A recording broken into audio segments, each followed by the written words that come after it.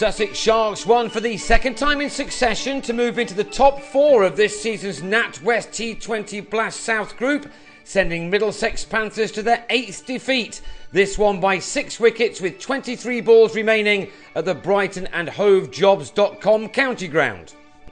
Chris Nash won the toss and decided to bowl, a decision which paid immediate dividends as Joe Denley was yorked by a perfect delivery from Lewis Hatchett, the 10th ball of the match.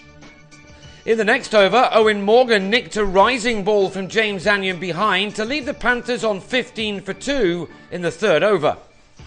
That brought in Ryan Higgins, who has looked good in his short career thus far. He tried to get the innings moving in the right direction by hitting both Anyon off his second ball and Hatchett off his third to the boundary. The 19-year-old has come into this side showing a lot of confidence, the exuberance of youth again in evidence. The more experienced players were less successful. After 40 runs were struck in the power play, Darvin Milan was bowled through the gate by Will Beer with his first ball of the night. As with the previous rain-ruined evening at Lord's, the pitch was not one to be enjoyed by most of the batsmen. Dan Christian was undone by a ball from Stephen Pilot that didn't get up.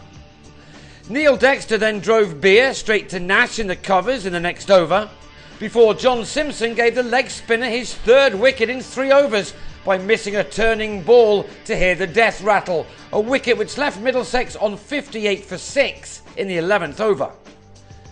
Recovering from such a position in this format is very, very difficult, and Higgins wasn't helped when he went after Beer only to knock a flying seagull out of the sky. It was that kind of night for the Panthers, and it's been that kind of season for them in this competition, really. Ollie Rayner had a lot to do when he came to the wicket, but at least he and his partner were able to carry the total to 85 for 6 with 5 overs of the innings remaining.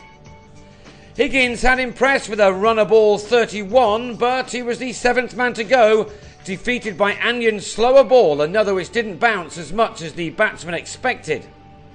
Rayner's latest return to Hove ended when he holed out off Yasir Arafat for 18 in the 17th over, at the end of which the Panthers had struggled to 91 for 8.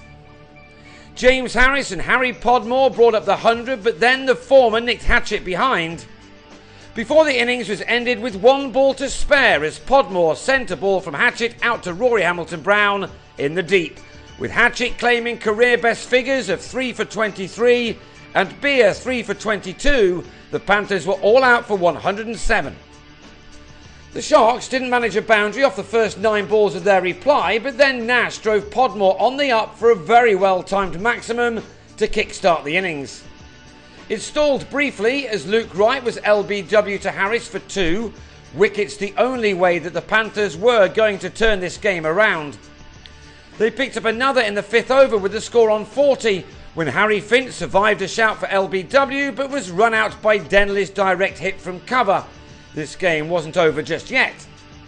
Indeed, Sussex had defended a low score when these sides met at Lord's in May, but 107 was just a little too low, especially with Nash looking in great form, leading from the front with some cracking shots, which always kept his side well above the required rate.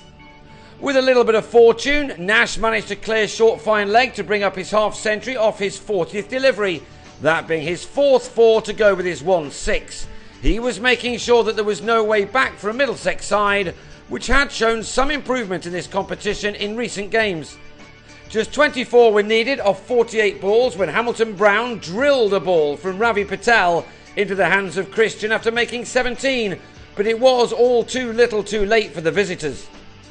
Nash made sure of that by sending this delivery from Patel over the ropes for his second 6, just 4 balls after Hamilton-Brown was dismissed. Net run rate may be important when it comes to qualifying for the quarter-finals, so Matt Machen tried to get the game over in a hurry. He though holed out off Patel after making 3. Nash played the one outstanding innings of the night, and he moved on to 66 out of his side's 100, which was brought up in over number 16. The 17th was the last one. To the first ball of it, man of the match Nash drove Harris straight down the ground for his third 6, and the Sharks had completed the job rather comfortably to move into the qualifying positions with 5 games remaining. Nash made 74 off 53 balls to earn his side a second successive win after 5 in a row were lost.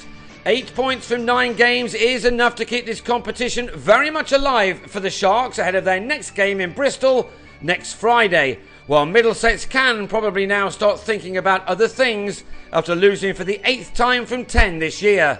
They entertain Glamorgan in Richmond next Thursday.